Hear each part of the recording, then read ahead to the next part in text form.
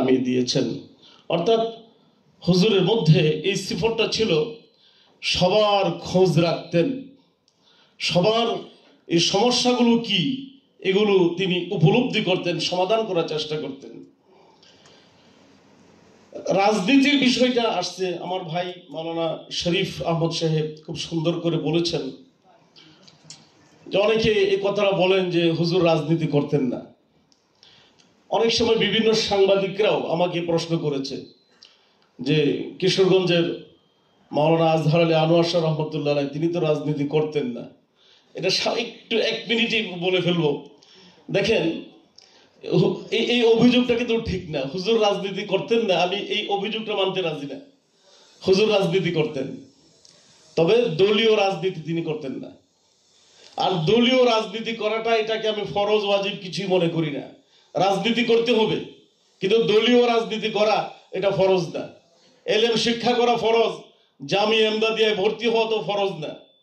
তাবলিগ করা ফরজ, দাওয়াত তাবলিগে সময় লাগানো এটা তো ফরজ না। তবে এগুলো সহজ হয়, মাদ্রাসায় ভর্তি হয়ে পড়াশোনা করলে এটা সহজ হয়।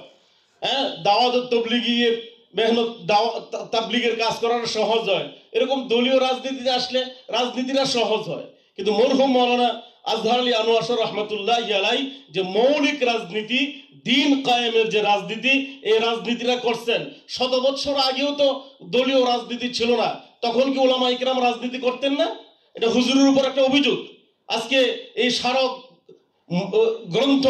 গ্রন্থের মূলক উন্মোচনে এই কথাটা আমরা যারা হুজুরের ছাত্র, আমাদের কাছে এটা পরিষ্কার থাকা দরকার। হুজুর হয়তো দলীয় রাজনীতি করছেন না, কিন্তু রাষ্ট্রীয় পর্যায়ে ইসলাম কায়েমের রাজনীতি অবশ্যই করেছেন। অতএব হুজুরের ব্যাপারে আজকের পর থেকে এই কথাটা বলা উচিত হবে না যে হুজুর রাজনীতি করছেন না। তিনি শুধু রাজনীতি করেন না, রাজনীতির দিক নির্দেশক ছিলেন, রাজনীতির পৃষ্ঠপোষক ছিলেন, রাজনীতিকে তিনি লালন করতেন। তার পিতা মরহুম আজহার রহমতুল্লাহ আলাই হয়তো দলীয় রাজনীতির মাধ্যমে একটা বিরাট প্রভাব বিস্তার করেছিলেন, কিন্তু উনার রাজনীতিটাকে ধরে রাখার জন্য তিনি আলাদা কৌশলে রাজনীতি করেছেন। আমাদের কাজ চলবে, কৌশল হয়তো পরিবর্তন হবে, তিনি কৌশল পরিবর্তন করছেন, কিন্তু রাজনীতি তিনি ছাড়েন নাই। তো আল্লাহ রাব্বুল আলামিন যদি তৌফিক দান করেন, যদি কিশোরগঞ্জে কোনোদিন এই ধরনের একটা আয়োজন হয়, একটু লম্বা সময় নিয়ে কথা বলার চেষ্টা করব। আল্লাহ পাক আমার উস্তাদ মরহুম আজহার আলী আনোয়ার শাহ রহমাতুল্লাহ আলাইকে জান্নাতের আলা মাকাম দান করুন। আসসালামু আলাইকুম ওয়া রাহমাতুল্লাহ।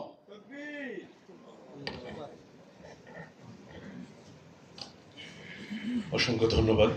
আমরা এতক্ষণ পর্যন্ত কথা শুনছিলাম, যদিও আমি আগেই বলেছি যে মোহাম্মদ আল্লাহ জামি ভাইয়ের কাছ থেকে আমরা বেশি কথা শুনতে চেয়েছিলাম, কিন্তু তার ব্যস্ততার জন্য আমরা এই সময় দিতে পারিনি। আর সুধী মণ্ডলী, আমরা দেখতে পাচ্ছি ইতিমধ্যে আমাদের মাঝে এসে উপস্থিত হয়েছেন আমাদের ফজিলাতুল শেখ, আমাদের মুরব্বী, আমাদের সেরেতাজ দেওয়ানার হজরত অধ্যক্ষ মিজানুর রহমান চৌধুরী সাহেব হাফিজাহুল্লাহ আমাদের মাঝে এসে উপস্থিত হয়েছেন।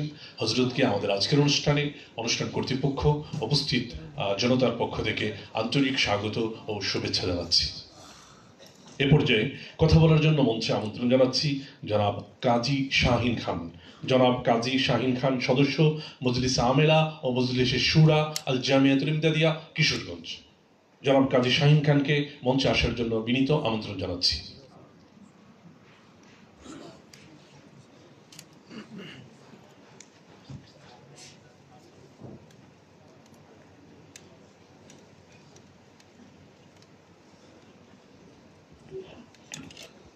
আসসালামু আলাইকুম। সম্মানিত সভাপতি, সম্মানিত মঞ্চপৃষ্ঠ, আমার মুরব্বিয়ান ও সম্মানিত উপস্থিতি, আসলে আমি এই উপস্থিতির যারা আছেন তাদের সামনে কথা বলার আসলে আমার কোনো যোগ্যতা নেই। আমি হুজুরদেরকে পছন্দ করতাম, শাহ সাহেবকে খুব পছন্দ করতাম, শাহ সাহেব আমার খুব আদর করত। আমি শুধু 2 থেকে 2.5 মিনিট কথা বলে চলে যাব। আমি যখন আমেলার সদস্য করলো শাহ হুজুর জামিয়া এমদাদিয়ার, তখন অনেকে কথাবার্তা বলছে, এই ছেলে আমি আমেলার সদস্য হয়ে যাচ্ছে কিভাবে। হুজুরও বলছে, হুজুর বলছে দেখো, বলে নিলাম, দেখি কি হয়। এরপরে যখন আমাকে সুরার সদস্য করা হলো জামিয়া আমদাদিয়ার মতো প্রতিষ্ঠানে, যেখানে সব আলেম ওলামারা থাকেন। তখন শিওর মিটিংয়ে একজন বলল, হুজুরকে ইশারা দিয়ে বলল যে দাড়ি নাই, আপনি সুরার সদস্য করে বলতেছেন জামিয়া আমদাদিয়ার মতো প্রতিষ্ঠানের। তখন হুজুর বলল সাথে সাথে, দোয়া করো, রাখতে কতদিন, দোয়া করো। আল্লাহর অশেষ মেহরবানি, আমার দাড়িও রেখেছি। আমি দেখেছি হুজুরকে কিশোরগঞ্জে যে কোনো ব্যাপারে যদি বলতাম হুজুর একটু দোয়া করবেন, যা আল্লাহ ভরসা, তো দেখতাম ইনশাল্লাহ দোয়া কবুল হয়ে গেছে। বুঝে আরো অনেক ব্যাপারে আমি দেখছি কিশোরগঞ্জে, এই যে একটু আগে বলে গেলেন যে রাজনীতি করেন, কিশোরগঞ্জে হুজুর নিয়ন্ত্রণ করতেন, এটা অনেকে বুঝতে পারে নাই। কিশোরগঞ্জের প্রশাসন, পুলিশ প্রশাসন, জেলা প্রশাসন, সব প্রশাসনিক হুজুরের কাছে ভিতরে হোক যেভাবে হোক যোগাযোগ রেখে পরামর্শ করতেন। হুজুর সব কিছু নিয়ন্ত্রণ করতেন। তা আল্লাহর ওলি ছিলেন। এটা আমি মনে করি আমার একটা আল্লাহর অশেষ মেহরবানি যে হুজুরের মতো ব্যক্তি আমাকে আদর করেছেন। আমি তার আদর পেয়েছি। অনেক জায়গায় অনেক সফরে গিয়েছি, হুজুরে দেখেছি। হুজুর মনে হতো যে খুব শক্ত লোক, আসলে হুজুর খুব সাদা মনের মানুষ ছিল, খুবই সাদা মনের মানুষ ছিল। কাছে গেলে বোঝা যেত হুজুর যে কত সহজ সরল মানুষ ছিল। তাই আমি এইটুকুই আজকে আমার বক্তব্য এখানে শেষ করছি। সবার কাছে আমি আমার ব্যক্তিগত সবার জন্য দোয়া চাই, সবার কাছে দোয়া চাই। আমার বক্তব্য শেষ করছি। সবাইকে ধন্যবাদ। আসসালামু আলাইকুম রহমতুল্লাহ। অসংখ্য শুকরিয়া জানাচ্ছি কাজী শাহীন খানকে। এ পর্যায়ে কথা বলার জন্য মঞ্চে আমন্ত্রণ জানাচ্ছি ফজিলাতুল শাইখ মাওলানা আব্দুল আজিজ সাহেব হাফিজাহুল্লাহ, মুহাদ্দিস, জামিউল উলুম মিরপুর 14। শাহ হুজুরের স্নেহজন্য বিশেষ শাগির্দ, বিশেষ ছাত্র মাওলানা আব্দুল আজিজ হাফিজাহুল্লাহ।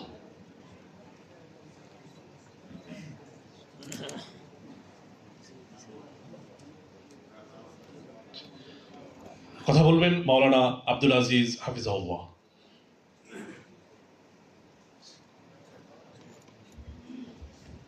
আলহামদুলিল্লাহ ওয়া কাফা ওয়া সালামুন আলা ইবাদিহিল্লাযিনা ইসতাফা, আম্মা বাদ। উপস্থিত জামিয়া আমদাদিয়ার মুহতামিম হাফিজাহুল্লাহ, হযরতে উলামায়ে কেরাম ও ইমদাদিয়ার অধিকাংশ আমার ছাত্র ভাইয়েরা, আমি ভূমিকা ছাড়াই দুই একটা কথা বলবো হযরতের স্মৃতিচারণে। 1988 সনে আমি জামিয়া আমদাদিয়া ভর্তি হয়েছিলাম। প্রথম যখন হুজুরের চেহারাটা দেখেছিলাম, তখন সেই চেহারার প্রতি যে একটা আকর্ষণ আমার পয়দা হয়েছিল। জীবনে বহু চেহারা দেখেছি, এমন 2-4টা চেহারা ছাড়া এত মহব্বতের চেহারা আমার কাছে আজ পর্যন্ত হয় নাই। হযরতের জীবদ্দশায় 5টি বছরে আমি শহীদি মসজিদে 10টি ঈদের জামাত শুধু পড়ি নাই, 5টা রমজানও কাটিয়েছিলাম। আমার শরহে জামির বছরে হুজুরের কাছে গিয়ে আমি কয়েকটা ব্যক্তিগত দোয়া চেয়েছিলাম। হযরত আমার দিকে থাকাইয়া দোয়াগুলো করেছিলেন। এখানে আমার হামসবক আছে অনেকেই। জালালাইনের বছর হুজুরের কাছে গিয়ে বলেছিলাম, হুজুর আপনার কাছে একটু দোয়া চাই। বিগত 2 বছর অসুস্থতার কারণে 2-4 দিন সবক থেকে আমি অনুপস্থিত ছিলাম। আগামী 3 বছর যেন আমি আর কোনো সবকে যেন আল্লাহ আমাকে অনুপস্থিত না রাখেন। হুজুর বললেন তুমি পারবে। এই বলে হুজুর আমাকে দোয়া দিয়েছিলেন। মিশকাতের বছর আমি হুজুরকে বললাম, হুজুর এই বছর আমি কি করবো? তুমি রমজানে থাকো, আমার একটা কাজ তোমাকে করতে হবে। হুজুর পরে বলেন, কাজ তো আমার না, কাজ তোমারই। হুজুর আমাকে 3টা খাতা দিলেন। তিরমিজি শরীফের ওই 3টা খাতা আমি আল্লামা ইউসুফ বানুরি রহমতুল্লাহ আলাইহির তকরির লিখেছি। তুমি এই 3টা খাতা রমজানের মধ্যে শেষ করে আমাকে দেখাইবে। আলহামদুলিল্লাহ আমি গোটা রমজান ছিলাম, হুজুরের কাছ থেকে সেই খাতাগুলো নিলাম। ইউসুফ বানুরির তকরির, তুমি সেইগুলো নিবে। এরপরে আলহামদুলিল্লাহ জামিয়া আমদাদিয়া, জালালাইন, মিশকাত দৌরাতে আলহামদুলিল্লাহ কোনো অসুস্থতা হয় নাই, কোনো একটা সবক আমার নাগা হয় নাই।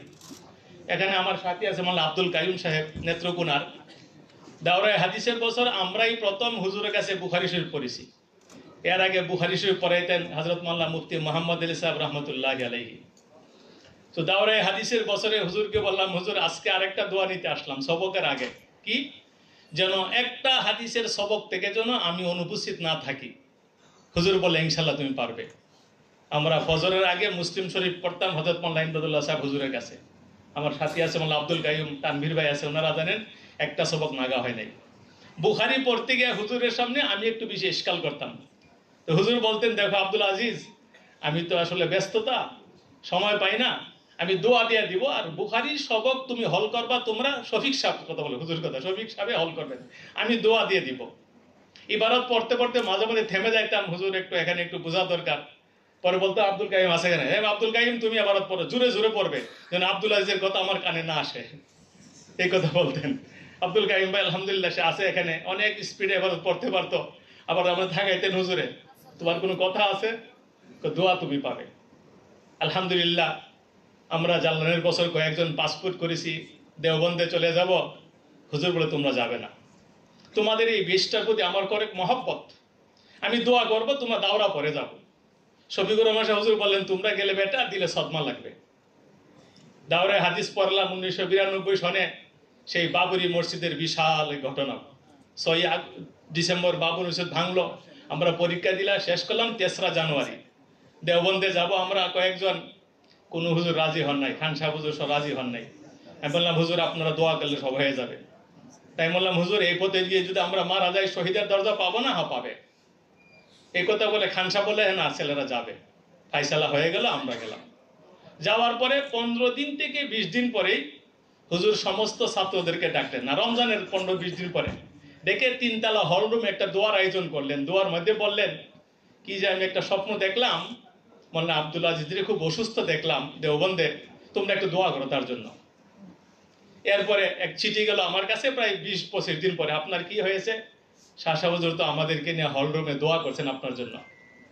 আমার একটু ঠান্ডা লেগেছিল, গলা দিয়ে একটু রক্ত আসছিল, এটাই হুজুরের দিলের মধ্যে হয়তো আল্লাহ ইলকা করে হুজুর দোয়া করছেন।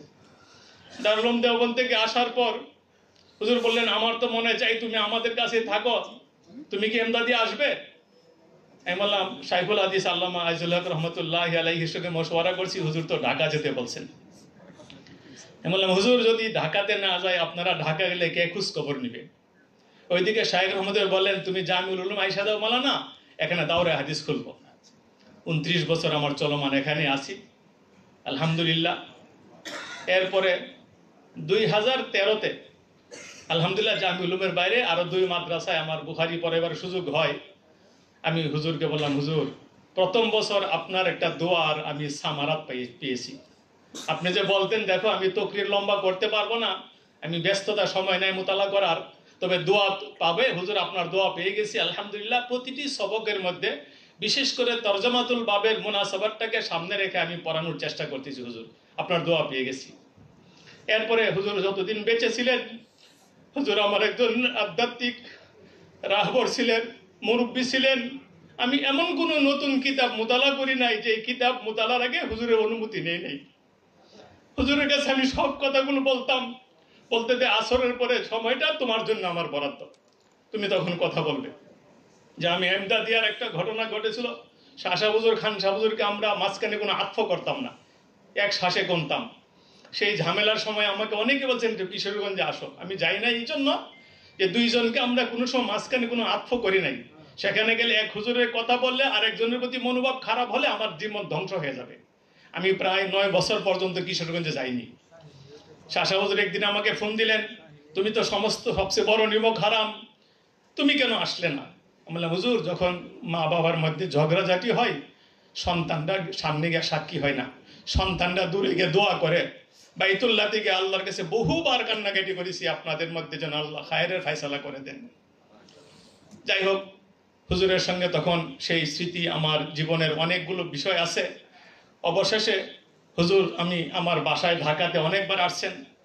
আল্লাহ তাআলা যখন আমাকে ঢাকাতে ফ্ল্যাটের মালিক বানাইছেন, আমি হুজুরকে দাওয়াত দিলাম, হুজুরকে আমি যাব। সেই মোহাম্মদপুর ওয়াজাহাতি মসজিদে হুজুর আসলেন। আসার 2 দিন আগে ইমদাদুল্লাহ শাহ হুজুরকে বললাম, হুজুর হুজুর সহ আপনাদের সফর সঙ্গী সবার আমাদের বাসায় দাওয়াত। হুজুর দাওয়াত কবুল করছেন। হুজুর আবার সাহস করে শাহ হুজুরকে বলেন নাই। মোহাম্মদপুরে সেই অনুষ্ঠানে আমি দাওয়াত দিতে গেলাম, হুজুর কারণ আমি তোমার বাসা যাবো না।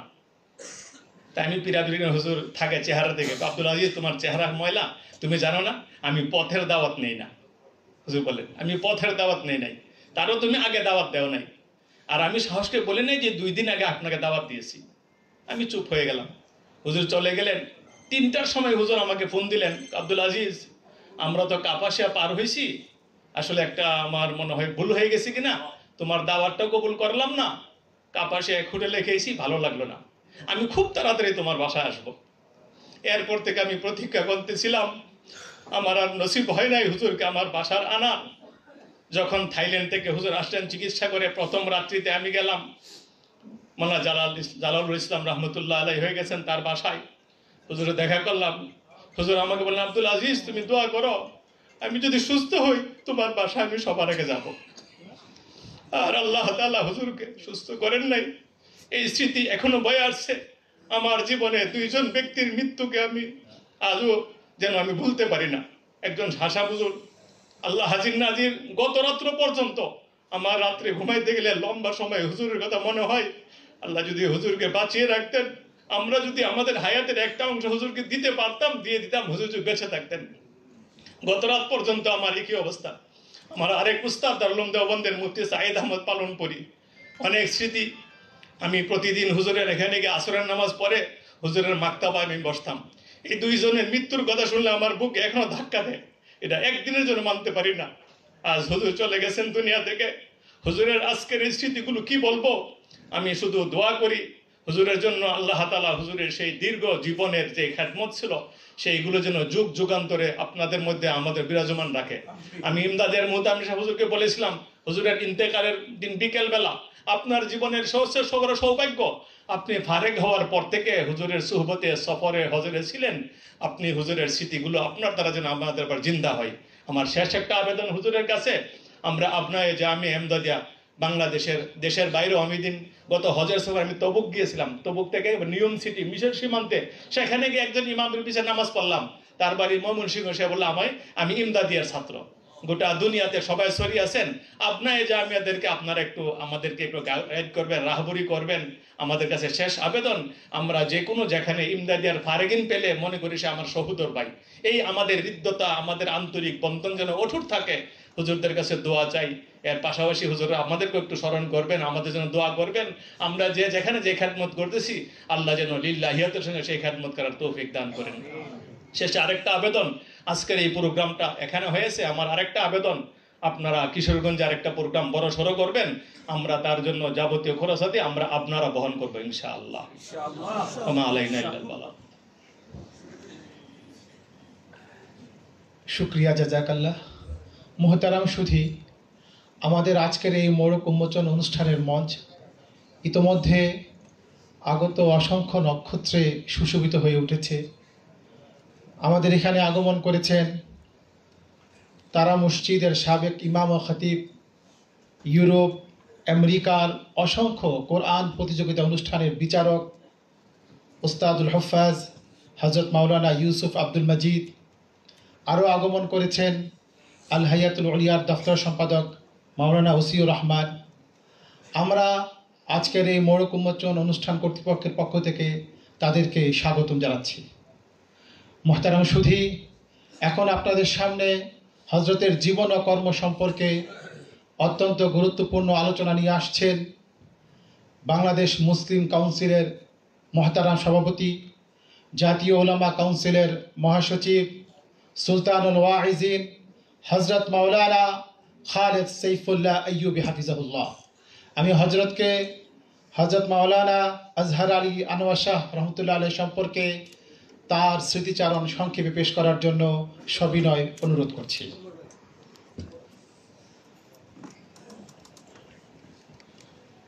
আসসালামু আলাইকুম ওয়া রাহমাতুল্লাহি ওয়া বারাকাতুহু। আলহামদুলিল্লাহি ওয়া কাফা ওয়া সালামুন আলা ইবাদিহিল্লাযীনা ইসতাফা, আম্মা বা'দ। ফাআউযু বিল্লাহি মিনাশ শাইতানির রাজীম। বিসমিল্লাহির রহমানির রহিম। ইহদিনাস সিরাতাল মুস্তাকিম, সিরাতাল্লাযীনা আন'আমতা আলাইহিম গায়রিল মাগদুবি আলাইহিম ওয়ালাদ-দাল্লিন। আমিন। ওয়া ক্বালা আন-নাবিয়্যু সাল্লাল্লাহু আলাইহি ওয়া সাল্লাম, আল বারাকাতু মা আকাবিরিকুম, আও কামা ক্বালা আলাইহিস সালাতু ওয়াস সালাম। আল্লামা আজহার আলী আনোয়ার শাহ রহমতুল্লাহি আলাইহির জীবনী স্মারক গ্রন্থের মোড়ক উন্মোচন উপলক্ষে আয়োজিত মহতি এ অনুষ্ঠানের মোহতারাম সাদার, মোহতারাম সভাপতি, শ্রদ্ধাভাজন জামিয়া ইমদাদিয়ার প্রিন্সিপাল মহোদয়, উপস্থিত রয়েছেন আমার পীর ও মুর্শিদ, শেখ ও মুর্শিদ, শেখুল উলামা শাহ অধ্যক্ষ মিজানুর রহমান চৌধুরী দামাত বরকাতুহুম, উপস্থিত আকাবির হজরত উলামায়ে কেরাম, সম্মুখপানে সমবেত হজরত শাহ সাহেব রহমতুল্লাহ আলাইহের শাগরেদ, মুহিব্বিন, বন্ধুবান্ধব, দোস্ত আহবাবগণ এবং শুভাকাঙ্ক্ষীগণ, আমি নিজেকে ধন্য মনে করি যে কর্মজীবনের শুরুতে আল্লাহ পাক মুরব্বীদের সাথে শরীক হওয়ার সুযোগ আল্লাহ পাক দান করেছেন দিনই বিভিন্ন গুরুত্বপূর্ণ কাজে। এ কারণে আমার ওই সকল আবু আজদাদ যারা হারিয়ে গেছে, যাদের সাথে একসাথে বসার সুযোগ হয়েছে, আমি বসার উপযুক্ত ছিলাম না, যারা আমাকে তাদের পাশে খুব আদর করে স্নেহের পরশে বসাইছে, আমি ওই স্নেহ পাওয়ার উপযুক্তও ছিলাম না। আমার বয়স ছিল কম, যোগ্যতাবিহীন পথ চলা। ওই সময় যাদের মোহাব্বত এবং ভালোবাসায় আমি ধন্য হয়েছি, তাদের মধ্যে একজন হলেন আমার আকাবির আল্লামা আজহার আলী আনোয়ার শাহ রহমতুল্লাহ আলাইহি। কর্মজীবনের শুরুতে ওনাদের মোহাব্বত বাচপানে ছেলেবেলায় আমি পেয়েছি, এটা আমার খুশকিসমতি। ফতোয়া বিরোধী আন্দোলনে মুক্তাগাছাতে একটা প্রোগ্রাম হলো, তো প্রোগ্রামের পরে, প্রোগ্রামটা দিনের বেলায় ছিল বাদ জোহর, তো প্রোগ্রামের পরে বিকালবেলায় ঘূর্ণিঝড় হলো। ঘূর্ণিঝড়ে মোটামুটি রাস্তা সব বন্ধ হয়ে গেল। যে সকল মুরব্বীরা গিয়েছেন তারা সবাই সেখানে কোনো এক মসজিদে আটকা পড়ে গেলেন। কারোর আর গাড়ি নিয়ে ঘরে ফেরার মতো সুযোগ ছিল না।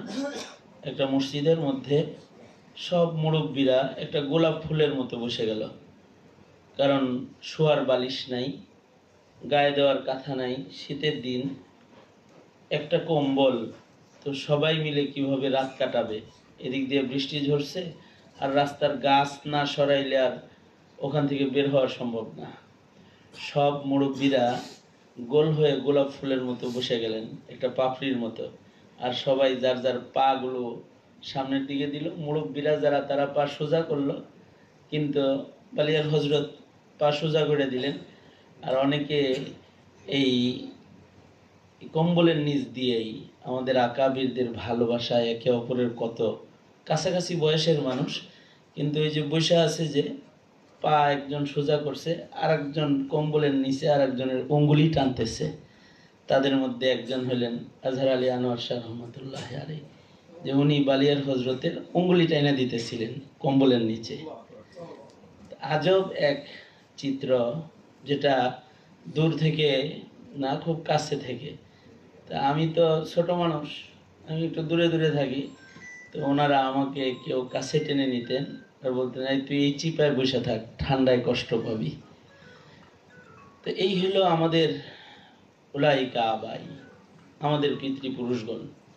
আমার জীবনের প্রথম সাক্ষাৎ হলো শাহ হুজুর রহমতুল্লাহ আলের সাথে বালিয়ার মঞ্চে। আমি ছোট, দাড়ি মুছে তখন উঠে নাই। তা আমাকে দেখেই আমি সবাই দাঁড়াইছে, আমি দাঁড়াইছি, তা আমাকে দেখে বলতেছে, আপনি খালি সেফুল্লাহ ইউবি সামিয়াতু ইসমাকা ক্বাবলা লিকাইক, সাক্ষাতের আগে নাম শুনছি, আজকে সাক্ষাৎ হলো, ভালো জায়গায় সাক্ষাৎ হয়েছে।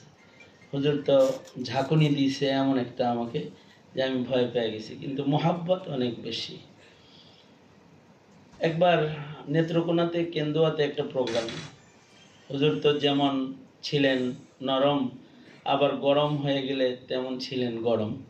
মাহফিলে যায় যখন একটু রাগ হয়ে গেছেন, এখন আর বয়ান করবেন না, চলেই যাবেন, বয়ানে যাবেন না, মাইকে যাবেন না, গুচ্ছা এসে গেছে হুজুরের, খুব রাগ। তো কর্তৃপক্ষ আমাকে অন্য রুমে, আমি আছি, তো তারা বললো যে হুজুরের সামনে যাওয়ার সাহস কেউ পাইতেছি না, হুজুর ব্যাগ গুছাইতেছে, চলে যাবে, বয়ানও করবে না, আপনি একটু রাগ থামান। তা আমি সাহস করে গেলাম, যে সালাম দিয়ে হুজুরের সামনে প্রবেশ করলাম, বসে গেলাম। আর এমন একটা হাসি মুখে আমাকে মানে কাছে টেনে নিলেন যে পিছনে যে উনি রেগে গেছিলেন এটা ভুলেই গেছেন। তারপরে বললেন, বুঝছি আপনি কেন আসছেন, আপনারা দেখার পরে আমার রাগ শেষ হয়ে গেছে, বয়ান করুন। এটা হলো আমাদের আকাবিরদের ভালোবাসা। এরকম বহু ফুল আমাদের কাছ থেকে চলে গেছে, যাদের কথা স্মরণ করলে নিজেদের ভুলগুলো, নিজেদের চলার পথ, আমাদের আদর্শ, এগুলো আমাদের জন্য সহজ হবে। আমি মনে করি স্মারক গ্রন্থটি আমাদের আকাবিরদের জীবনীর আলোচনা, এটার ভেতরে বরকত। সূরাতুল ফাতিহায় আল্লাহ পাক আমাদের আকাবিরদের পথে চলার দোয়া প্রতি নামাজের রাকাতে রাকাতে আমাদেরকে করান। আর আমি তো আমার আকাবিরদের तज़किराके उन्हीं की जिक्र से मैं लुत्फ़ लेता हूँ और उन्हीं की जिक्र मेरी जिंदगानी है। আমি তো মনে করি যে আমার জীবনের কোনো প্রাপ্তি, যা পাওয়া, যা আমি পেয়েছি, তা আমি আমার আকাবিরদের তাজকিরার মাধ্যমে পেয়েছি। ওনাদের স্মরণ, ওনাদের আলোচনা, এটাই আমাদের জীবনের আদর্শ।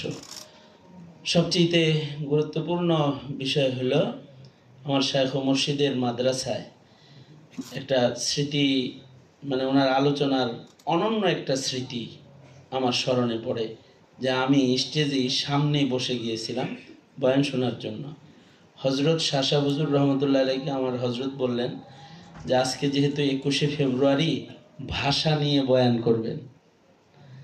মানে হজরতের প্রোগ্রাম এক সময় হইতো বার্ষিক মাহফিল 21শে ফেব্রুয়ারিতে। 21শে ফেব্রুয়ারি দিনটা বন্ধের দিন, সকলকে পাওয়া যায়, এর ওসিলায় গান বাদ্যগুলো বন্ধ থাকে, মাহফিল হইলে ভালো। তো 21শে ফেব্রুয়ারিতে শাহ শাহ হুজুর রহমতুল্লাহ আলাই দেওনা মাদ্রাসার মেহমান। তো হজরত বললেন ভাষা নিয়ে একটা বয়ান করবেন, 21শে ফেব্রুয়ারিতে ভাষার বয়ান শুনতে চাই। এক আজব এক বয়ান উনি ভাষার উপরে করলেন। যেমনটি ওনার সাহিত্যপূর্ণ বক্তব্য, যেমনটি ওনার শব্দ গাঁথনি, তেমনটি ভাষা নিয়ে বাংলাদেশের বাংলা ভাষার ইতিহাস এবং পৃথিবীর বিভিন্ন ভাষার ইতিহাস উনি তুলে ধরলেন। আসলে ইলমের জগতে উনি যেমন তারকা তুল্য এক মহামনীষী, তেমনি আলোচনার জগতে, মুফাসসিরের জগতে তিনি এক সম্রাট। আর উনি তো ইমামুল উলামা। এই দেশে কোনো বড় আলেমদের মজমা হইলে শাহ সাহেবের ইমামত ছাড়া নামাজ হইতো না। এটা অনন্য বৈশিষ্ট্য শাহ শাহ হুজুর রহমতুল্লাহ আলাইহের। ওনার কথা আমার মতো ছোট জবানে ওনার কথা বলে ওনার মর্যাদাকে বোঝানো সম্ভব নয়, কারণ তাদের আখলাক, তাদের জীবনী, তাদের যোগ্যতা, তাদের কর্মদক্ষতা এবং তাদের বিস্তৃত জীবন, এ তো এক দরিয়া। ওই দরিয়ার কিনারায় যাওয়ার মতো কোনো শব্দ মালা আমার মুখে নাই।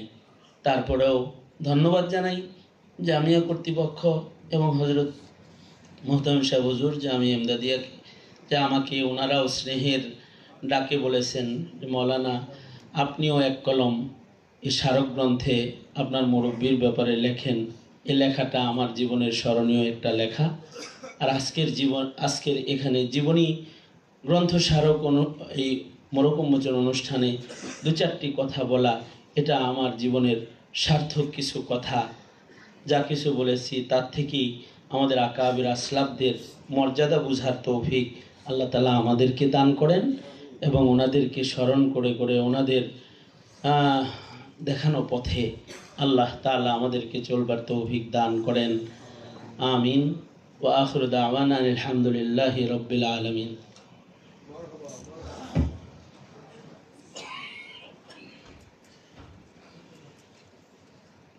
শুকরান জাজিলা, বারাকাল্লাহু ফিকুম। আমাদের সামনে নামাজ। আমরা বিশেষভাবে কিশোরগঞ্জ থেকে যারা এসেছি তাদেরকে বিনীত অনুরোধ করতে চাই যে আমরা মেজবান, আজকে আমরাই মেহমান। এই জন্য ঢাকার আমাদের শ্রদ্ধেয় ওলামায়ে কেরাম, বরিশাল ওলামায়ে কেরাম এখানে এসে উপস্থিত হয়েছেন। আমরা তাদের কথা শুনব এবং নামাজের পর ইনশাআল্লাহ আমরা কিশোরগঞ্জ থেকে বিভিন্ন জায়গা থেকে যাদের নাম তালিকাভুক্ত হয়েছে আমরা সংক্ষিপ্ত আকারে আমাদের অনুভূতি ব্যক্ত করব। এ পর্যায়ে আমাদের মঞ্চে কথা বলার জন্য বিনীত অনুরোধ জ্ঞাপন করছি ফজিলাতুশ শেখ হযরত মাওলানা অধ্যক্ষ মিজানুর রহমান চৌধুরী সাহেব হাফিজাহুল্লাহ পীর সাহেব দেওনা হযরতকে কথা বলার জন্য বিনীত অনুরোধ জ্ঞাপন করছি।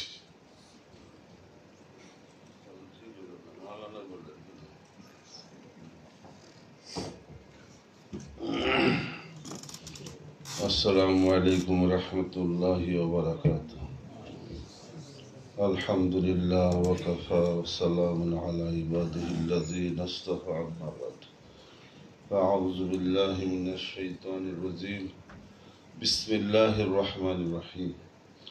ইয়া আইয়ুহাল্লাযীনা আমানুত্তাকুল্লাহা ওয়া কুলু কাওলান সাদীদা ইসলিহ লাকুম আমালাকুম ويغفر لكم ذنوبكم صدق الله العظيم. وقال النبي صلى الله عليه وسلم من لم يشكر الناس لم يشكر الله. আল্লামা আজহার আলী আনোয়ার শাহ রহমতুল্লাহ আলাইহির স্মারক গ্রন্থ উপলক্ষে আজকের এই স্মরণ সভার সম্মানিত সভাপতি, উপস্থিত বেফাকুল মাদারিসিল কওমিয়ার মোহতারাম মহাসচিব, সম্মুখপানে উপস্থিত মুআজ্জাজ মোহতারাম উলামায়ে কেরাম, উপস্থিত সম্মানিত সুধীমণ্ডলী, প্রিয় সাংবাদিক ভাইয়েরা, আমি সাধারণত সমস্ত এই ধরনের মাহফিলে আমি সাধারণত এখন উপস্থিত থাকি না। এর কারণ হলো যে কিছু বিষয় যেগুলো এই ছবি ফটো এগুলো ব্যাপারে এগুলি থেকে একটু বিরত থাকার চেষ্টা করি। যাই হোক, মাওলানা খালেদ সাইফুল আইয়ুবী সাহেব মাশাআল্লাহ, ওনার আল্লাহ অনেক বলা, উনি তো একটা কথা শিল্পী, সুন্দরভাবে গুছিয়ে বলতে পারেন, আর মাশাআল্লাহ ওনার জেহেন শক্তি ভালো। আমার আবার কথা ভুলে যাই। তবে আমার মাওলানা আনোয়ার শাহ সাহেব, উনি আমার অত্যন্ত একজন প্রিয় ব্যক্তিত্ব। আমার সাথে ওনার একটা গভীর সম্পর্ক ছিল। আমি ওনাকে যতটুকু দেখছি পাইছি,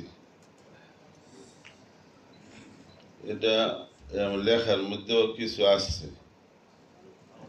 আপনাদের অনেকের লেখা এখানে আছে, সব কথা বইলে ফেলাইলে তো আপনারা বইটা নিবেন না, বইটা পড়বেনও না। আজকে তো বই পড়ার মন মানসিকতা নাই, খালি মোবাইল পড়া, বই পড়া পড়ি নাই। এই জন্য বইটা পড়লেন, আর যার লেখা হয়েছে এটা যথেষ্ট না। আমাদের মধ্যে এই ধরনের কলবি অসাদ খুব কমে গেছে, হিংসি চলছে, স্বার্থের রাজনীতি চলছে, এগুলি এখন চলছে। মাওলানা আনোয়ার শাহ সাহেব রাজনীতি করতেন না, এই কথা কে বলছে আপনাদেরকে? উনি নোংরা রাজনীতি করতেন না, উনি স্বার্থের রাজনীতি করতেন না, উনি সত্য কথা বলতে কোনো দ্বিধাবোধ করতেন না, নোংরামি উনি পছন্দ করতেন না।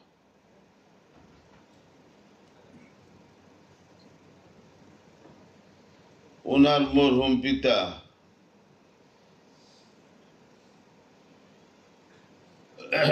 মুজাহিদে মিল্লাত মৌলানা আশরাফ আলী থানভী রহমতুল্লাহ আলীর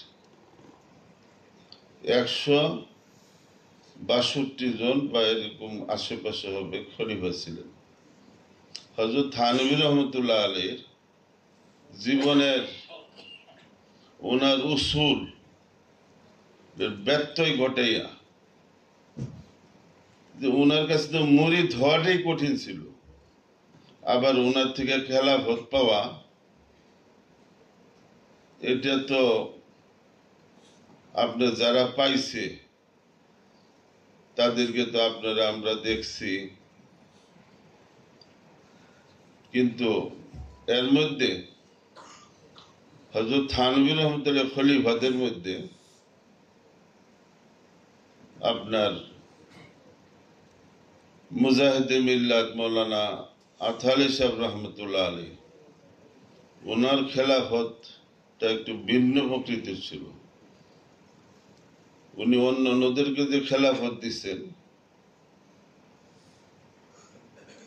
সেটা উনি প্রকাশ করতেন না, চিঠির মাধ্যমে দিয়ে দিচ্ছেন। কিন্তু মোল্লা আতারি সাহেব রহমতুল্লাহ আলাইকে যখন খেলাফত দিচ্ছেন তখন খানকায় আমদাদিয়া আশরাফিয়া থানা ভবনে সবাইকে মিষ্টি খাওয়াইয়া পরে হযরত মোল্লা আতারি সাহেব রহমতুল্লাহকে খেলাফত দিচ্ছেন। আমাদের দেশের মানুষ তো মূল্যায়ন করে না, যে করতো মোল্লা আতালি সাহেবের রহমতুল্লাহ আলের ওনার তো হায়াতে সামান, এটা বাংলাদেশ তো হয়নি, পাকিস্তান তো হয়েছে। ওনার হায়াতে যেটা এটা পাকিস্তান থেকে উর্দুতে ছাপা হয়েছে, পরে বাংলাদেশ হয়েছে। কেন এখানে সে ওয়াসাত নাই, কলবি ওয়াসাত নাই। আমাদের বাংলাদেশে এরকম অনেক, আমাদের শেখুল হাদিস আল্লামা আইজুল হক সাহেব রহমতুল্লাহ সম্পর্কে বলতেন যে উনি যদি বাংলাদেশের না যদি পাকিস্তানি হইত তো সারা বিশ্বের মধ্যে উনি শ্রেষ্ঠ শেখুল হাদিস থাকতেন। এরকম আমাদের দেশে যখন আমরা মূল্যায়ন করি যখন তারা থাকে না, তো মোল্লা আতারি সাহেব রহমতুল্লাহ আলাইহির আপনার সুযোগ্য সাহেবজাদা মোল্লা আনোয়ার শাহ সাহেব, ওনাকে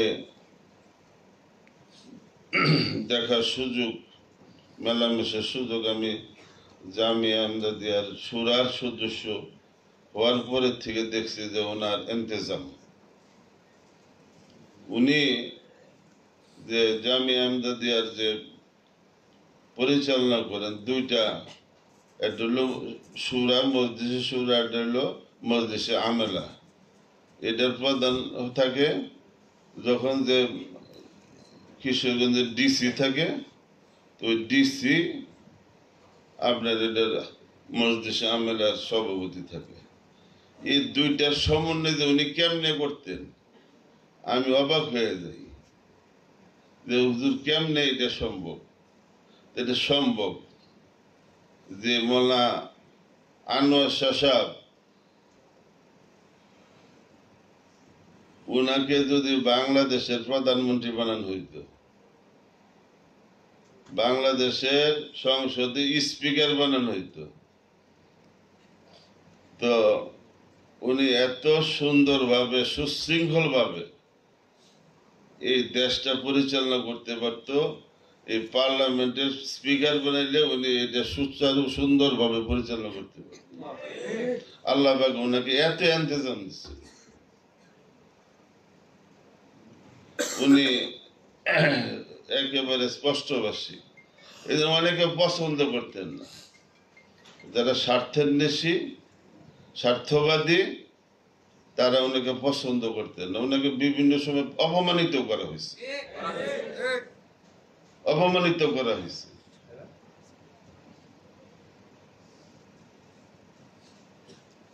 মোল্লা আনোয়ার শাহ সাহেব ছিলেন আমাদের অত্র এলাকার, যদিও আমার গাজীপুর, কিন্তু বৃহত্তর ময়মনসিংহ, কিশোরগঞ্জ এগুলির সাথে আমরা ওই একটা আমাদের অঞ্চলের একটা আছে, তো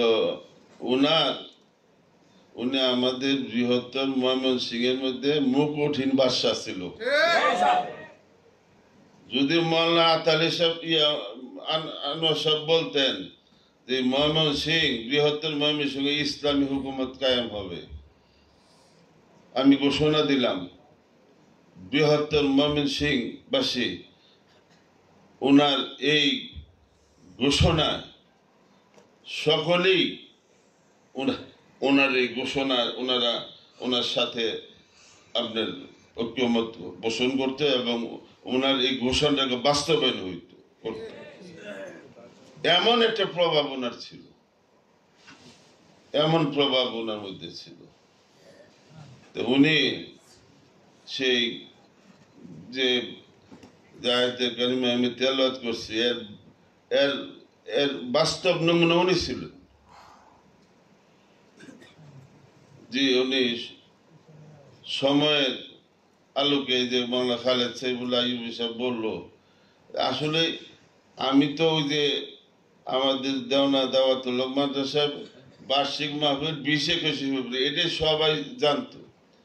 তো বিগত আওয়ামী লীগ সরকারের আমলে আপনার আমার উপরে চাপ সৃষ্টি করলো যে 21 ফেব্রুয়ারি মাহফিল করা যাবে না, 21 ফেব্রুয়ারি মাহফিল করা যাবে না, একেবারে আমার উপরে ভীষণ চাপ। তো তখন এই 21 ফেব্রুয়ারি ভাষা দিবসটা কি, এই ভাষার তাৎপর্য কি, ভাষা যে আল্লাহ পাকের একটা নিয়ামত, এই বিষয়ে এমন কথা আমার জীবনে আমি শুনিনি। যারা এই সমস্ত ভাষা বসালে লেখালেখি করে এরাও এগুলি জানে না। আর ওনার তেলাওয়াত তো আমি ওই শোনার পরে কাপাসিয়া থেকে মাঝে মধ্যে যাইতাম শহীদ মসজিদে, ওনার পিছনে ফজরের নামাজ পড়ার লেগে। মানুষ এখানে শুনছি যে শহীদ মসজিদে অন্যান্য সাহেব কোরআন শরীফ তেলাওয়াত করলে পিছনের মুসল্লিরা সমানে কান্দে থাকে, ডুকরায় ডুকরায় কান্দে থাকে। পরে আমি একদিন যাচাই করার লেগে গেছিলাম, পরে ওই দিন গিয়ে আমিও ওনার তেলাওয়াত শুনে না কান্দতে পারিনি।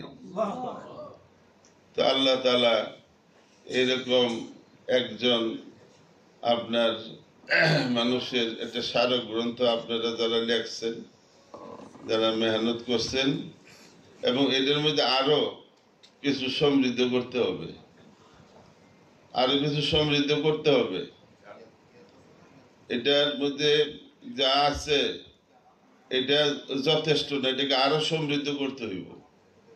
আর এটা সংগ্রহ করতে হইব সবারই, প্রত্যেকটা মাদ্রাসার লাইব্রেরিতে যাতে এটা 2-1টা করে কিতাব থাকে।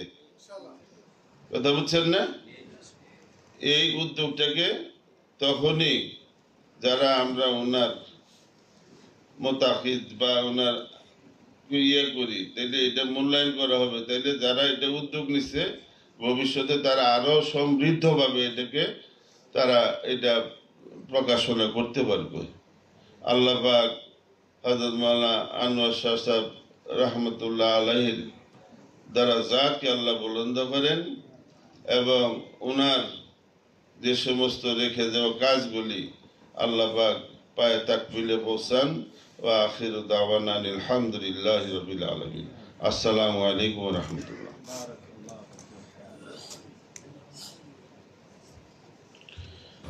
শুকরান জাসিলা, বারাকাল্লাহু ফিকুম।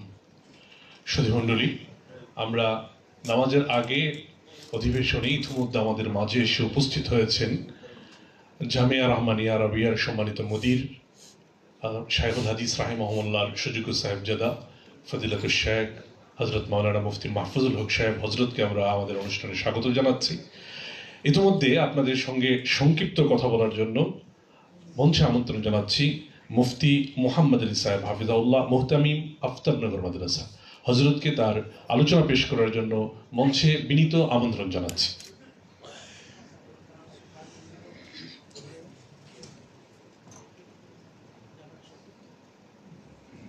আসসালামু আলাইকুম ওয়া রাহমাতুল্লাহি ওয়া বারাকাতুহু নাহমাদুহু ওয়া নুসাল্লি আলা রাসূলিহিল কারীম আম্মা বা'দ ক্বালা রাসূলুল্লাহি সাল্লাল্লাহু আলাইহি ওয়াসাল্লাম আল উলামা ওয়ারাসাতুল আম্বিয়া আও কামা ক্বালা আলাইহিস সালাতু ওয়াসসালাম আল্লামা আজহার আলী আনোয়ার শাহ রহমতুল্লাহ আলাইহির স্মারক গ্রন্থ মোরক উন্মোচনের আজকের অনুষ্ঠানের সম্মানিত সভাপতি, মঞ্চে উপবিষ্ট দেশের শীর্ষ ওলামায়ে কেরাম, আমার সামনে উপস্থিত বাংলাদেশের ওলামায়ে কেরাম এবং হজরতের ভক্তবৃন্দ সাগরিক, অল্প কথা, আমি সর্বপ্রথম হজরতকে দেখেছি মনোহরদী বড় মির্জাপুর মাদ্রাসা, হজরত মাওলানা সুফি আকবর আলী সাহেবের মাদ্রাসায়। ওনার ওয়াজ শোনার জন্য গেলাম আর ওনার তেলাওয়াত শোনার জন্য গেলাম। তো তখন পিতামাতার খেদমতের বিষয়ে অনেকগুলো আয়াত এবং আহাদিস এরকমভাবে পেশ করলেন, পুরা মজমা যেন চাতক পাখির মতো তাকায় থাকলো। তো ওনার তেলাওয়াতের কথা হযরত বলেছেন, বড় বড় অনুষ্ঠান যখন পল্টনে হতো, সকল শ্রোতার একটা আগ্রহ থাকতো যে শাহ সাহেব যখন উঠবেন তখন একটু তেলাওয়াত যেন করেন। তো হযরত আবার অল্প কিছু তেলাওয়াত করতেন, সারা মজমুআটাই তেলাওয়াত শুনে মুগ্ধ হয়ে যেত।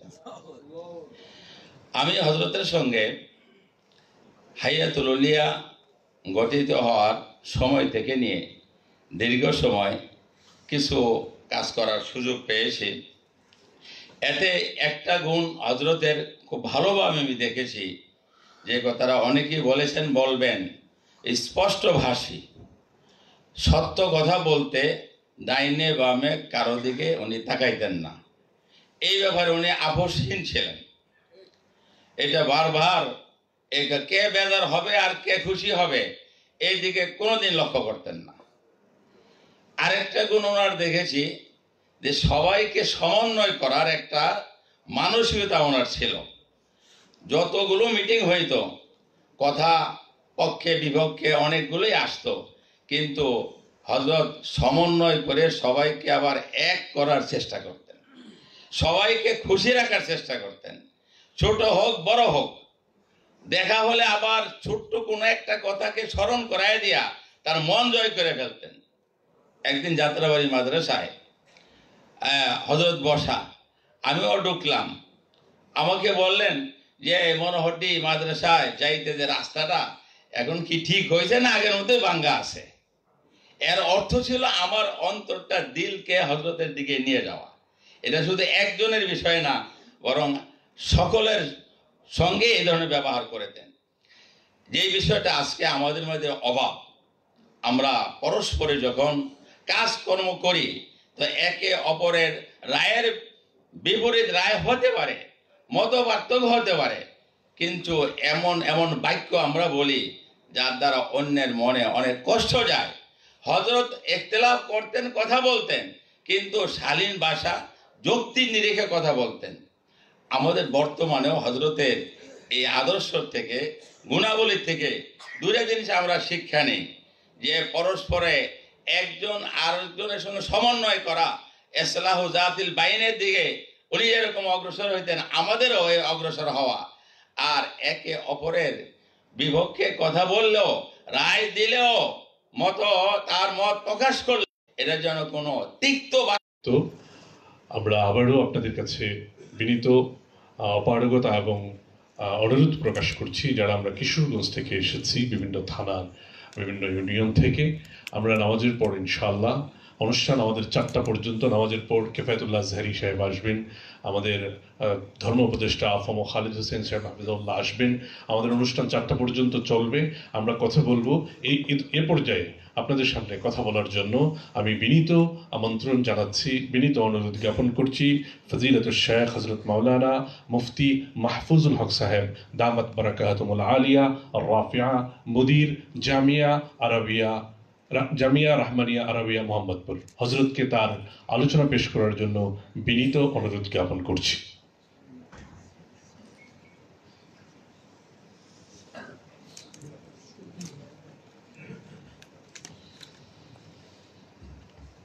الحمد لله رب العالمين والصلاة والسلام على سيد المرسلين وعلى آله وأصحابه أجمعين أما بعد قال الله تبارك وتعالى والذين آمنوا واتبعتهم ذريتهم بإيمان ألحقنا بهم ذريتهم وقال رسول الله صلى الله عليه وسلم اذكروا محاسن موتاكم أو كما قال عليه الصلاة والسلام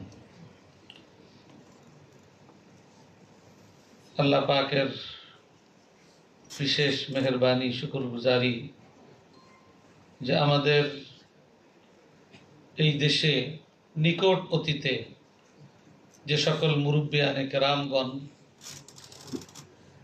আমাদের পথ চলা সহজ করে দিয়েছেন, আমাদের জন্য আমাদের পথ সুস্পষ্টভাবে আমাদের সামনে ব্যক্ত করেছেন, তুলে ধরেছেন। সেই সকল মনীষীদের মধ্যে অন্যতম আল্লামা আজহার আলী আনোয়ার শাহ রহমতুল্লাহ আলাইহি। পাশাপাশি আমাদের এই বাংলাদেশের নাম হওয়ার আগে থেকে নিয়ে যে সকল পরিবারের দ্বীন ও মিল্লাতের ক্ষেত্রে বিশেষ অবদান এই পরিবারের দীর্ঘমেয়াদী অবদান শুরু হয়েছে, আলহামদুলিল্লাহ এখনো চলমান আছে। এটা আমাদের জন্য অনেক বড় প্রাপ্তি। আল্লামা আজহার আলী রহমতুল্লাহ আলাইহি তিনি যে কত উঁচু মাপের ব্যক্তি ছিলেন। আমরা অনেকে আলোচনা করি যে আমাদের এই দেশে বড়রা থাকা অবস্থা আমরা মূল্যায়ন করতে পারি না, যাওয়ার পরে মূল্যায়ন করি। আমি তো মনে করি যাওয়ার পরেও আমরা সেভাবে তাদেরকে আমাদের মাঝে আলোচনার মধ্যেও রাখতে পারি না। এটা আমাদের অনেক বড় ব্যর্থতা। তো আলহামদুলিল্লাহ জামিয়া ইমদাদিয়া দায়িত্বশীলগণ একের পর এক আমাদের আকাবিরিনদেরকে, আমাদের মুরব্বীদেরকে, যাদের পথে থাকতে পারলে হকের উপরে টিকে থাকা আমাদের জন্য নিশ্চিত হবে, তাদের জীবনকে, তাদের জীবন দর্শনকে আমাদের সামনে তুলে ধরার এই সুন্দর আয়োজনগুলো করছে। এই জন্য আমি বিশেষভাবে ধন্যবাদ জানাই এবং এই ধারা অব্যাহত রাখার, যে এই যে স্মারক গ্রন্থ আমাদের সামনে আসছে এ পর্যন্তই সীমাবদ্ধ না থাকে, এটাকে আরো সমৃদ্ধ করার প্রাথমিক ভিত্তি তৈরি হয়ে গেছে। এখন এটাকে আগামীতে আরো সমৃদ্ধ করার যদি চেষ্টা অব্যাহত থাকে তাহলে এই জাতি আরো অনেক বেশি উপকৃত হবে। আল্লামা আজহার আলী আনোয়ার শাহ রহমতুল্লাহ আলাইহি অনেক বড় ব্যক্তি, কিন্তু তিনি ছোটদেরকেও যথেষ্ট মূল্যায়ন করতেন। তার এক নম্বর সাক্ষী আমি নিজে।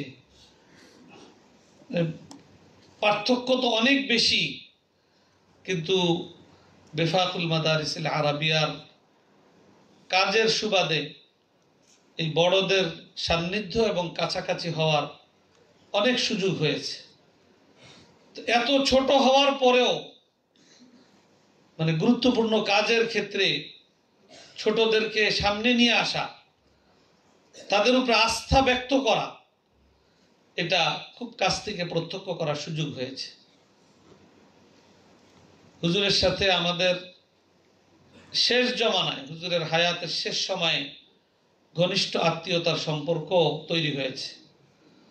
হুজুরের নাতি আমার ভাস্তি জামাই, সেই সুবাদে পারিবারিক যে একটা আতিথেয়তা এবং পারিবারিক সম্পর্কের মূল্যায়ন, এটাও একেবারে শেষ সময়ে এটাও অনুভব করবার সুযোগ হয়েছে। হুজুর যেই অসুস্থতায় আমাদের মাঝ থেকে বিদায় নিয়ে গেলেন, আমার এখনো স্মরণে আছে। মিরপুর হাসপাতালে হুজুর ভর্তি ছিলেন ওখানে গেলাম আমি, আমার বড় ভাই। তো হুজুর ওখানে কি যে মানে ইসের সাথে, আগ্রহের সাথে, যে আমাদের ইতিমধ্যে আত্মীয়তার সূত্র তৈরি হয়েছে। আত্মীয় যত ছোটই হোক, সে আত্মীয়র মর্যাদা দেওয়া, এটা সেই বৈঠকে, সেইখানে হাসপাতালের বেডে, তখন খুবই অসুস্থ, আর তার অল্প দিন পরেই তিনি আমাদের মাঝ থেকে বিদায় নিয়ে গেছেন। সেখানেও তিনি অত্যন্ত গুরুত্বের সাথে আমাদের সাথে আলোচনা, আমাদের পারিবারিক খোঁজখবর এবং আত্মীয়তার সূত্র ধরে অনেক ধরনের আলোচনা, এগুলো ছিল ওনাদের কামালাত। আর বাকি যেই কথাগুলা প্রত্যেকেই বলতেছেন, এই কথা তো মানে ওনার জীবনের সাথে একেবারে ওতপ্রোতভাবে জড়িত, যে নীতি আদর্শের উপরে ইস্তেকামাত, আবার সেই ইস্তেকামাতের সাথে অন্যকে সাথে নিয়ে চলবার মানসিকতা, হক কথা নির্দ্বিধায় বলা, আবার পাশাপাশি অন্যের যথাসম্ভব মর্যাদা এবং রেআয়াত, এটার প্রতিও লক্ষ্য রাখা। এটা অনেক কঠিন, কিন্তু আল্লাহ পাক হযরতকে সেই যোগ্যতা দান করেছিলেন। সেই যোগ্যতার মাধ্যমে তিনি সকালকে মুগ্ধ করেছেন।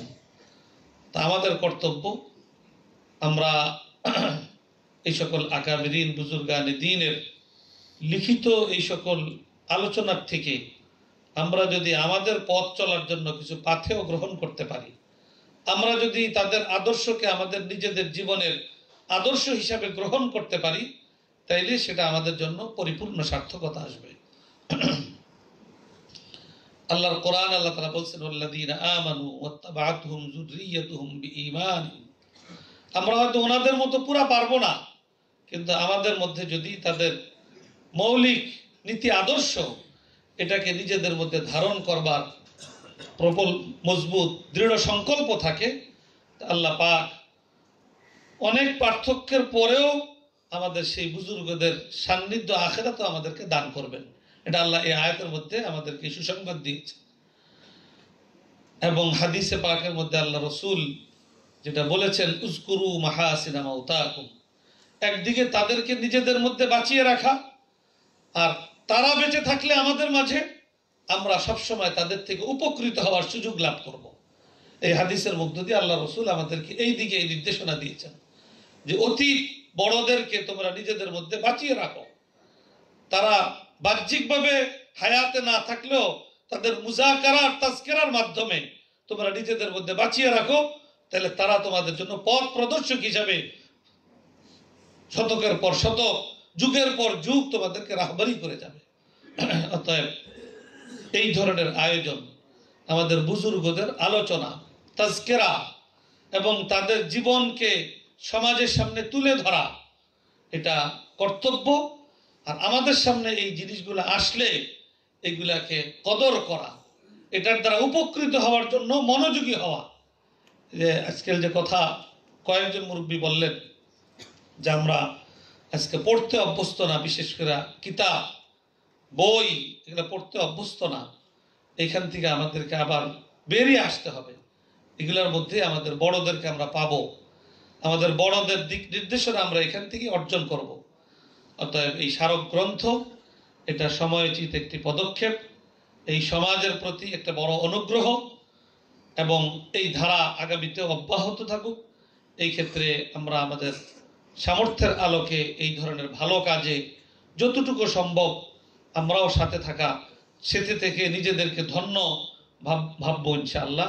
আল্লাহ পাক এই স্মারক গ্রন্থকে আল্লাহ তাআলা কবুল ফরমান।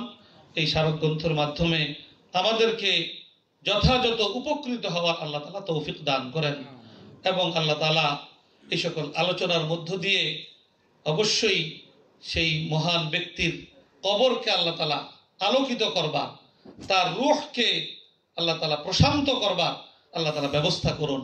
এই প্রত্যাশা করে তার কবরকে আল্লাহ তাআলা নূর দ্বারা ভরপুর করে দিই, এই দোয়া আল্লাহ পাকের কাছে করে আমি আলোচনা এখানেই শেষ করছি। ওয়া আখিরু দাওয়ানা আনিল হামদুলিল্লাহি রাব্বিল আলামিন। শুকরান জাজিলা, বারাকাল্লাহু ফিকুম। সম্মানিত সুধী মণ্ডলী, এ পর্যায়ে আমাদের আজকের অনুষ্ঠানে আল্লামা আজহার আলী আনোয়ার শাহ রাহিমাহুল্লাহর স্মারক গ্রন্থের পাঠ ও মোড়ক উন্মোচন অনুষ্ঠানে কথা বলার জন্য মঞ্চে বিনীত অনুরোধ জ্ঞাপন করছি ফজিলাতুল শেখ মাওলানা মহিউদ্দিন রব্বানী হাফিজাহুল্লাহ, নাইবে আমির হেফাজুল ইসলাম বাংলাদেশ। কথা বলার জন্য মঞ্চে আমন্ত্রণ জানাচ্ছি শেখ মহিউদ্দিন রব্বানী হাফিজাহুল্লাহকে।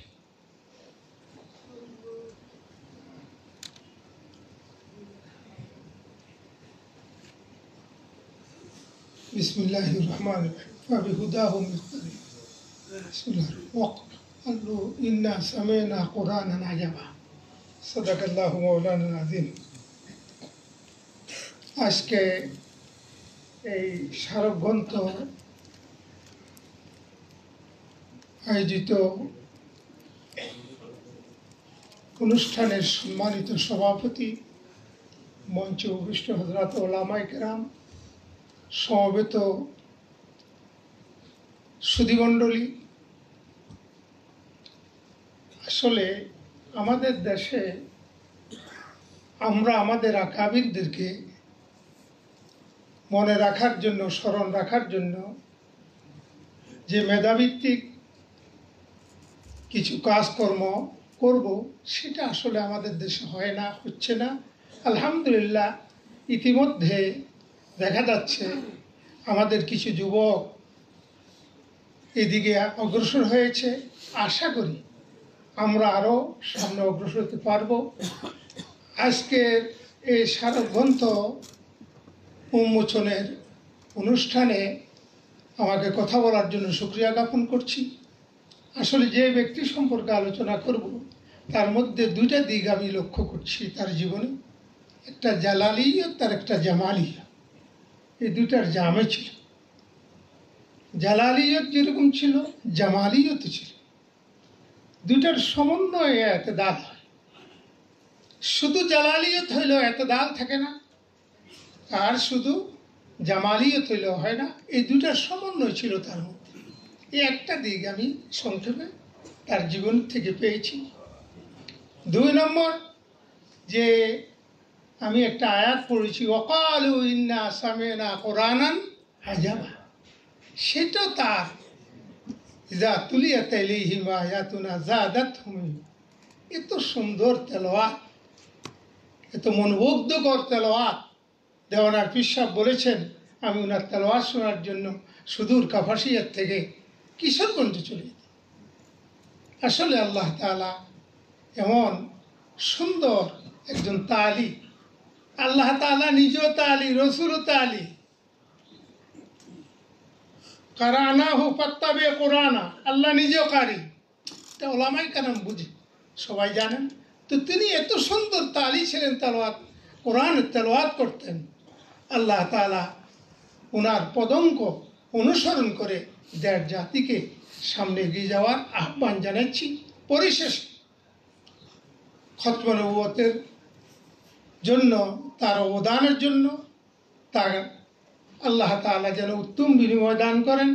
যে খতমে নবুয়ত একটা কর্মসূচি হয়েছে গত 15 তারিখে, এরপর থেকে দেখা যাচ্ছে কিছু কাদিয়ানীরা খুব অগ্রসর হইয়া সোশ্যাল মিডিয়ায় অনেক বক্তব্য দিচ্ছে, এবং তাদের সপক্ষে আমাদের দেশে কিছু তথাকথিত বুদ্ধিজীবী নামধারীরাও কথাবার্তা বলছে। আমাদের সোচ্চার হতে হবে। কাদিয়ানীরা এদেশে বসবাস করবে, কাদিয়ানী ধর্ম নিয়ে আমাদের মুসলমান নাম ধারণ করে এদেশে বসবাস করতে তাদেরকে দেওয়া হবে না, হবে না ইনশাআল্লাহ।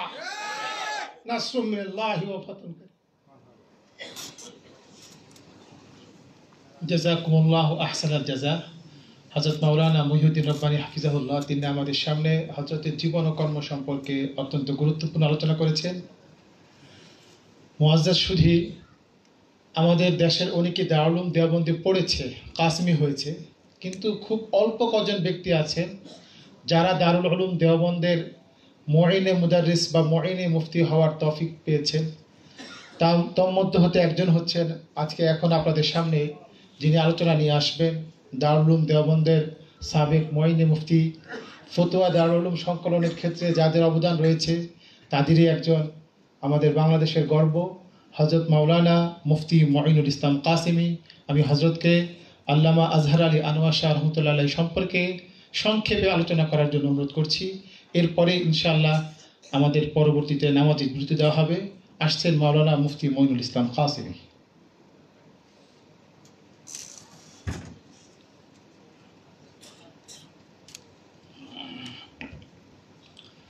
السلام عليكم ورحمة الله وبركاته.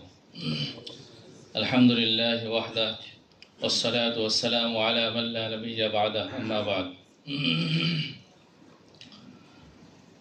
আজকের আল্লামা আজহার আলী আনোয়ার শাহ রহমতুল্লাহ আলাইহির স্মারক গ্রন্থের মোড়ক উন্মোচন অনুষ্ঠানের সম্মানিত সভাপতি, মঞ্চে উপবিষ্ট দেশ বরেণ্য উলামা এজাম এবং অন্যান্য উপস্থিত উলামা হযরত, তলবে আজিজ, আল্লাহ সুবহানাহু ওয়া তাআলা তার দিনকে বাকি রাখার জন্য যুগে যুগে মুজাদ্দিদ সৃষ্টি করেন। মুজাদ্দিদের কাজ হয় জামানার মধ্যে যে মুনকারাত রয়েছে সেই মুনকারাতকে শক্ত হাতে দমন করা এবং যে সমস্ত মাহাসিন ইসলামের মধ্যে রয়েছে সেগুলোকে প্রতিষ্ঠিত করা। আজকের যে বিশেষ বুজুর্গ এবং ব্যক্তিত্ব নিয়ে আলোচনা চলছে, আমরা দীর্ঘ সময় থেকে, সকাল থেকে এ পর্যন্ত উলামা হযরত, আমাদের আকাবিরিনদের অভিব্যক্তি শুনে আসছি। আমাদের অনেকেই বড়রা মুরব্বীরা আলোচনা করছেন যে এগুলো আমাদের চলতে থাকা দরকার। আমরা দেখেছি দারুল উলুম দেওবন্দ সহ বিশ্বের বড় বড় রাষ্ট্রে বড়দের ইন্তেকালের পরে তাজিয়াতি জলসা হয়, উযকুরু মাহাসিনা মাওতাকুমের পরে আমল হয়। আমাদের দেশে তাজিয়াতি জলসা হওয়া শুরু হয়েছে, স্মারক লিপি এবং কিতাব আকারে ওনাদের জীবনী আসা শুরু হয়েছে, কিন্তু অত ব্যাপকভাবে আসে নাই। গাহে গাহে বাজ খাই কিস্সায়ে বারি নারা, তাজা খাহি দাশতনগর দাগ হায় সিনারা। এই সবগুলোর মাকসাদ হলো আমাদের বড়দেরকে নিজেদের মধ্যে জীবিত রাখা, স্মরণে রাখা। তাদের আদর্শ, তাদের নীতি, তাদের উলুম এবং তাদের কর্মজীবন থেকে যদি আমরা ফায়দা না উঠাই তাহলে আমরা সামনে বাড়তে পারবো না। একজন মানুষের মধ্যে দুই ধরনের মাহাসিন থাকে, একটা আল্লাহর পক্ষ থেকে প্রদত্ত ইলমে ওয়াহাবি এবং মাহাসিনে ওয়াহাবিয়া, একটা হলো মাহাসিনে কাসবিয়া। মাহাসিনে ওয়াহাবিয়া তো আল্লাহ তাআলা যাকে দেন সেই প্রাপ্ত হয়, কিন্তু কাসবিয়ার মধ্যে আমাদের সকলের চেষ্টা প্রচেষ্টা হওয়া দরকার যে আমরা তাদের আদর্শকে নিজেদের মধ্যে কিভাবে সমুজ্জীবিত করব, কিভাবে নিয়ে লালন করে আমরা সামনে অগ্রসর হব। জাতির ক্রান্তি লগ্নে তারা কি কি সমাধান কিভাবে দিয়েছেন সেটা নিয়ে চলা। আজকের এই স্মারক গ্রন্থের শুরুতে আমাদের শেখ মাহমুদ হাসান দামাত বারাকাতুহুল আলিয়া শেখ যাত্রাবাড়ির একটা কথা আমি পড়লাম। কয়েক বছর আগে আল হায়াতুল উলিয়া এবং বিফাকুল মাদারিসিল আরাবিয়ার পরীক্ষার মধ্যে একটু দুর্নীতি হয়েছিল, প্রশ্ন ফাঁস হয়েছে, ইত্যাদি হয়েছে। এই যে অবস্থা সৃষ্টি হয়েছে, হযরত লিখছেন যে অবস্থা থেকে উত্তরণের জন্য সে সময় হযরত শাহ সাহেব রহমাতুল্লাহ আলাইহির পরামর্শকে গ্রহণ করা হয়েছে পরীক্ষার আগ মুহূর্তে ইমেলের মাধ্যমে প্রশ্ন পাঠানোর। আলহামদুলিল্লাহ সেটা এত কামিয়াব হয়েছে, স্কুল কলেজের আজ পর্যন্ত তাদের যে সিস্টেম সেটা এত কামিয়াব এখনো হয় নাই। হযরত আনোয়ার শাহ কাশ্মীর রহমতুল্লাহ আলাইহি যে সময় ইন্তেকাল হয়, সে সময় হযরত শিব্বির আহমদ উসমানী রহমতুল্লাহ আলাইহি ताज़ियत जलसार मध्य बोलेছিলেন, हजरत शाह साहब के इंतकाल की वजह से तुम लोग क्यों परेशान होते हो? तुम लोगों के लिए तो हम लोग हैं, रोना तो हमें है कि हम किससे रुजू करेंगे। আসলে বড়দের ইন্তেকালের পর আমরা যারা ছোট রয়েছে আমাদের জন্য তো আরো বড় রয়ে গেছেন, কিন্তু যারা বড় আছেন তাদের দিক নির্দেশনা, তাদের সাথে থেকে পরামর্শ দেওয়ার ব্যক্তিত্ব হারিয়ে যায়। একজন ব্যক্তি হারিয়ে যায়, তার স্থানে 5 জন 10 জন এসেও সেই ক্ষতিপূরণ, সেই শূন্যতা পূরণ হয় না। দুনিয়ার নিজামের মধ্যে সবাই আসবে যাবে, ওনাদের মাহাসিনগুলো ধরে রাখা এবং ওনাদের কর্মপদ্ধতিগুলো গ্রহণ করা, এটা জীবিতদের জন্য ইলমি বিরাসত হিসেবে জরুরি এবং কর্তব্য। যদি এভাবে না থাকে তাহলে দুনিয়ার সুন্দরভাবে নিজাম সুন্দরভাবে চলবে না। আমি আমার কথার শেষ প্রান্তে আল্লামা ইকবালের ওই শেরটি আবার স্মরণ করতে চাই, যেটা তিনি হযরত আনওয়ার শাহ কাশ্মীরি রহমতুল্লাহ আলাইহির ইন্তেকালের সময় বলেছিলেন, যেহেতু নামেরও মিল আছে। এবং হযরত বিন নুরি রহমতুল্লাহ আলাইহি হযরত শাহ সাহেব রহমতুল্লাহ আলাইহিকে অনেক পছন্দ করতেন, মহব্বত করতেন, স্নেহ করতেন। কারণ এটা বলতেন যে তোমার নাম আমার শেখ আনওয়ার শাহ কাশ্মীরি রহমতুল্লাহ আলাইহির নামের সাথে মিলে যায়। এমনি আরও অনেক গুণের কারণে মহব্বত করতেন, কিন্তু একটা গুণ এটাও ছিল, একটা কারণ এটাও ছিল। হযরত আনওয়ার শাহ কাশ্মীরি রহমতুল্লাহ আলাইহির ইন্তেকালে আল্লামা ইকবাল রহমতুল্লাহ আলাইহি যে শেরটি পেশ করেছিলেন, हज़ारों साल नरगिस अपनी बेनूरी पे रोती है, हज़ारों साल नरगिस अपनी बेनूरी पे रोती है, बड़ी मुश्किल से होता है चमन में दीदावर पैदा।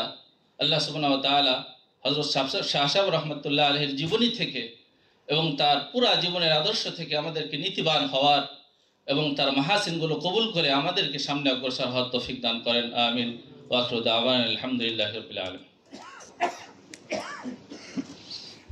অসংখ্য ধন্যবাদ। এ পর্যায়ে আমরা নামাজের বিরতি নেব। আমরা নামাজ শেষ করে 2টার মধ্যে হল রুমে সবাই প্রবেশ করব। আমাদের হলের দুই পাশেই মসজিদ আছে। আমরা নামাজ শেষ করে 2টার ভেতরে আমরা আবার হল রুমে প্রবেশ করব এবং তখন দুপুরের লাঞ্চ সহ আমরা এখানে অবস্থান করব। আমরা নামাজের জন্য বের হয়ে যাব। সবাইকে আন্তরিক ধন্যবাদ ও কৃতজ্ঞতা জানিয়ে এ পর্যায়ে নামাজের বিরতি ঘোষণা করছি।